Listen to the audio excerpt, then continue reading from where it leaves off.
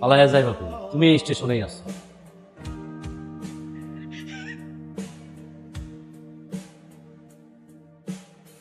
Excuse me, আপনি কে? আর এত জায়গা থাকতে আপনি এখানে এসে এভাবে বসেন কেন? আচ্ছা আমি তোমাকে খুঁজতে খুঁজতে হয়রান হয়ে গেছি, তুমি এখানে এসে বসে আছো। সরি, আপনি মনে হয় কোনো ভুল করছেন না। I don't know you. দেখো ভুল আমি করছি না, ভুল তুমি করছো, ইচ্ছে করে করছো। আচ্ছা হয়েছে, নাটক নাটক করেছো, এখন সব তো শেষ, আমি এখন মুখ খুঁজে বের করেছি, আর বাসে চলো। আপনি কি মাথায় সমস্যা আছে? অভিমান করেছো, এখন অভিমান ভাঙাতে আসছি, চলো বাসে। এই লিসন, আমি জানি না আপনার ইন্টেনশন কি, কিন্তু আমার সাথে ঝামেলা করতে আসবেন। আপনি তো প্রবলেম পড়লেন, আপনি এখান থেকে যান। দেখো সিন ক্রিয়েট করো না। আমি না, আপনি সিন ক্রিয়েট করছেন। আশ্চর্য, আপনাকে বলছো না জায়গায় যেতে, আপনি যাবেন না। না আমি যাবো না বললাম তো, কেন তোমাকে বাসে নিয়ে যাবো। দেখেন আমি মানুষকে আমি চিনি না, জানি না আমার সাথে কথা বলছেন। আপনি কি এখানকার স্টেশন মাস্টার? আচ্ছা দেখুন না, উনি আমার হাজবেন্ড, উনি আমার সাথে আগ করে বাসা থেকে বের হয়ে গেছে, আমি ওনাকে খুঁজতে খুঁজতে এখানে চলে আসি। আসার সবাই তো আমাকে বলতে দাও না। প্লিজ আপনি বলুন তো ওনার নাম। কি রনি? ও মাই গড, হোয়াট? ওয়েট না, আপনি আমার নাম জানেন কি করে? রানি ভাই আমার মনে হয় এখানে সিনক্রেট করা ঠিক হবে না, দুজনে আমার রুমে চলেন, ঠান্ডা মাথায় কথা বলবো। মানে আসুন আসুন না। আসো। শুধু শুধু আপনার জন্য আমার ট্রেনটা মিস হয়ে গেল। আমার কত সুন্দরবন চলে যাবে, অযথা একটা হাঙ্গামা করলেন। আই এম সরি, আসলে আর কোনো উপায়ও ছিল না, এই কারণে আপনাকে একটু বিরক্ত করে ফেলেছি। একটা কথা বলতে, আপনি তার নামটা কি হবে? না আপনি তো প্রথমে এসে ওনার নাম ধরে ডাকলেন না, বলেন যে রনি। ও মাই গড, কে ফলো করতেছিল আপনাকে? আপনার পেছনে কে লেগেছিল একটু বলুন তো। এটা তো অনেক বড় একটা কাহিনী, দেখে বলে আপনারা বরং একটা কাজ করে, আপনারা আমাকে আমার বাসায় পৌঁছে দিয়ে আসেন, তারপর আপনারা আমার বাবা মার কাছ থেকে জেনে নেবেন পুরো ঘটনাটা। আপনি যেভাবে আসছেন সেভাবে তো চলে যাবেন, আর যদি না যেতে পারেন দেন কল ইউর প্যারেন্টস, আপনি পৌঁছে দিতে হবে। কেন আপনি একটা মানে আমার ফোনটা ডেড, চার্জ নাই, আমি তো ফোন দিতে পারছি না। আপনার বাবা মা কারোর একটা নাম্বার বলেন, আমি ডাক করে দিচ্ছি। নাম্বার তো মুখস্থ নাই। বাবা মার নাম্বার পর্যন্ত আপনার মুখস্থ নেই? আচ্ছা আপনার বাড়িটা কোথায়? আপনার নামটা কি? আমার নাম তিতলি, আমার বাড়ি গণশ্রী। তিতলি। ঠিক আছে, রফি ভাই, আমি আজকে উঠি। আজকে তো আমার ট্যুর তো ক্যান্সেল হয়ে গেল। আপনি এই মুহূর্তে ছোট্ট একটা উপকার আমার করুন, এই মেয়েটাকে আপনি বাড়িতে পৌঁছে দেন, আপনার যাওয়ার পথে। ঠিক আছে, আপনি আসতে পারেন। আপনার বাড়ির ঠিকানাটা বলেন। তাহলে আপনি স্টেশনে যে বললেন আপনি বাড়ি যাবেন, দেখুন আমি না কিছু আসলে বুঝতে পারছি না, এক এক সময় এক এক কথা বলছেন। আমার কিন্তু প্রথম থেকে আপনাকে ভীষণ অদ্ভুত লাগছে।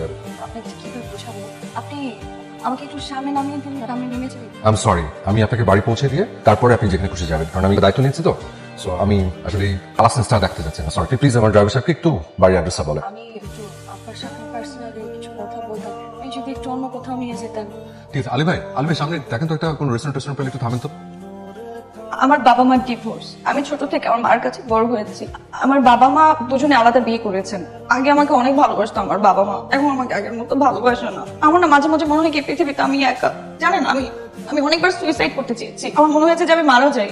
ভালোবাসা ছাড়া কি মানুষ একা বাঁচতে পারে বলো? তারপর একদিন ফেসবুকে একটা ছেলের সাথে আমার চ্যাটিং শুরু হয়। আমাদের দুজনের মধ্যে কখনো দেখা হয়নি, সবসময় কথা হতো। আমার ভালো লাগে শুরু হয়েছে ছেলেটার প্রতি। কথা বলতে বলতে না আমি ছেলেটাকে অনেক ভালোবেসে ফেলি। ভালোবাসাটা অনেক গভীর হয়ে গিয়েছিল। হঠাৎ একদিন এই ছেলেটা আমাকে বিয়ের জন্য অনেক চাপ দেওয়া শুরু করে দেয়। কি করবো না বুঝতে পারছিলাম না। ছেলেটার সাথে আজকে দেখা করতে আসি। আসার পরে আমি ভেবেছিলাম যে ছেলেটা অনেক ভালো কেউ হবে, কিন্তু ছেলেটা সন্ত্রাসী ধরনের। ছেলেটা আমাকে জোর করে বিয়ে করতে চাচ্ছিল। আমি কি করবো কিছু বুঝতে পারছিলাম না। সেদিকে একটা রেল স্টেশন, ওখানে এসে লুকায়। তারপরে তো আপনাদের সাথে এরকম একটা ইনসিডেন্ট হয়। আপনি এখন চলে যেতে চাচ্ছেন? কি আমি তাহলে উঠি, অন্য একটা ব্যবস্থা করে নিতে পারবো। আসি।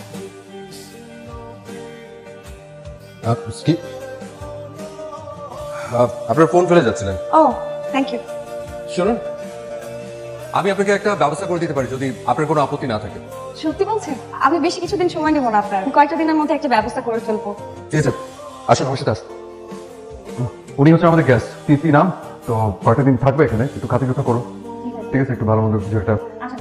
ঠিক আছে।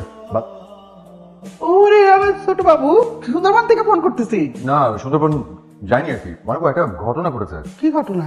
আমার সাথে তোমাকে না একটু দরকার, তুমি আসতে পারবে আমার বাসায়? আচ্ছা কি হয়েছে বলতো আমারে। এত কিছু ফোনে বলতে চাচ্ছি না, মনে একটু চলে আসো না, emergency, please try to understand. Bye. আপনি চাইলে 3-4 দিনের বেশিও থাকতে পারেন না, আমি যতদিন পর্যন্ত বাংলাদেশে আছি আর কি। আমি দেশে থাকি না, আমরা সবাই ক্যানাডাতে সেটেলড। সমস্যা হচ্ছে না তো? Good.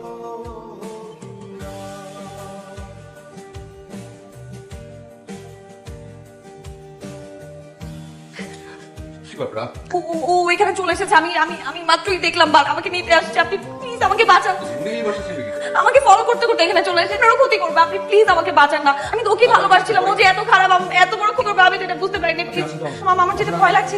ওখানে বিলাল ভাই, বাসার সামনে কি কেউ কোনো লোকজন আসছে? বাসার সামনে তো সারা দিন আসা যাওয়া করে। কিছু ছেলে আমাকে একটু ডিস্টার্ব করছে, তো এরপর আসতে আমাকে একটু ডাক দেবেন তো।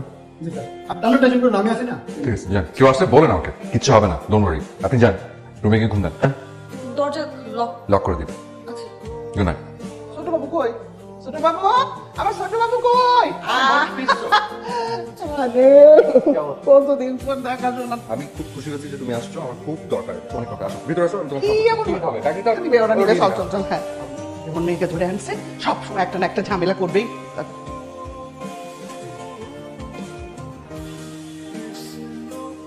অনেক এতক্ষণ ধরে কি করছে? তুমি বুড়াঙ্গ দেখাচ্ছ কেন? বউ আমার পছন্দ হয়েছে। ওয়েট ওয়েট ওয়েট ওয়েট, বউ মানে? এই মেয়েরে আমি বউ করে আনবো, ব্যাস।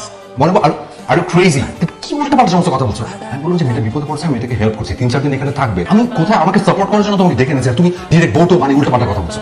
একদম চুপ। অনেক মেয়ে দেখাইছে, কাউরে তোর পছন্দ হয় না। এটাকে আমি চিনি কি না জানি না, ও যা বলছে সেটা আদৌ সত্যি কিনা সেটাও বুঝতে পারছি না। তোর জানার তো দরকার নাই, আমি সব দায়িত্ব নিতেছি। এটা তো আকাশ থেকে টুপ করে পড়ে নাই, তার নিশ্চয়ই বাপ মা আছে, আমি তার সাথে আমি কথা বলবো। আমি তোরে তো কোনো দায়িত্ব নিতে হবে না। তোর মা যদি বেঁচে থাকতো, তোর মাকে যে না করতে পারছি, আমি তোরে পয়লা পোষা মানুষ করছি। আমার ইচ্ছা হয় না তোর বউ দেখি, আমার কি ইচ্ছা হয় না।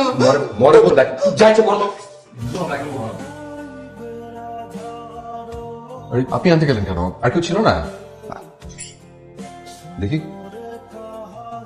ডিলিশিয়াস, ময়নাপুর হাতে রান্না না, মজা তো হবে। আমি রান্না করেছি। অনেক ভালো হয়েছে।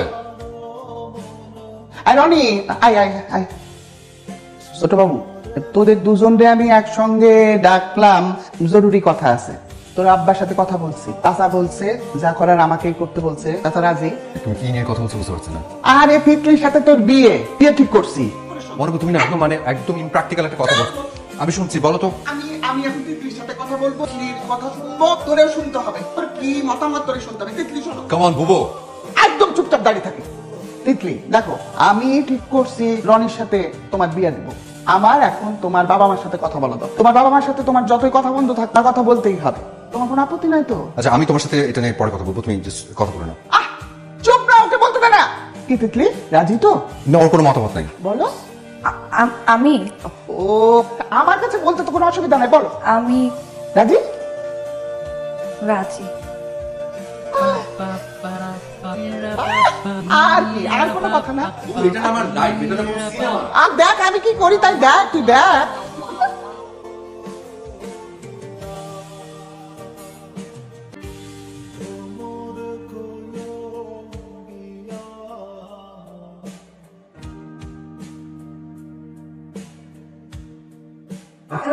সর্বনাশ হয়ে গেছে। তিতলি আবার কোথাও খুঁজে পাচ্ছি না।